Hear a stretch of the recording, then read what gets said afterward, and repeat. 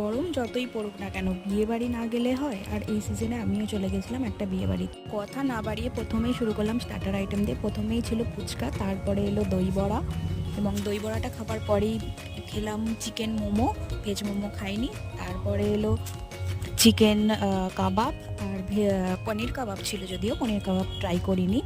তারপর চিকেন কাবাবটা খাওয়ার পরে চলে গেলাম আইসক্রিম কাউন্টারে। আইসক্রিমটা আমি খাইনি, বোনকে দিয়ে দিলাম। তারপরে দেখলাম চাও তৈরি হচ্ছে। চা আর তো এই গরমে আমি আর খাবো না।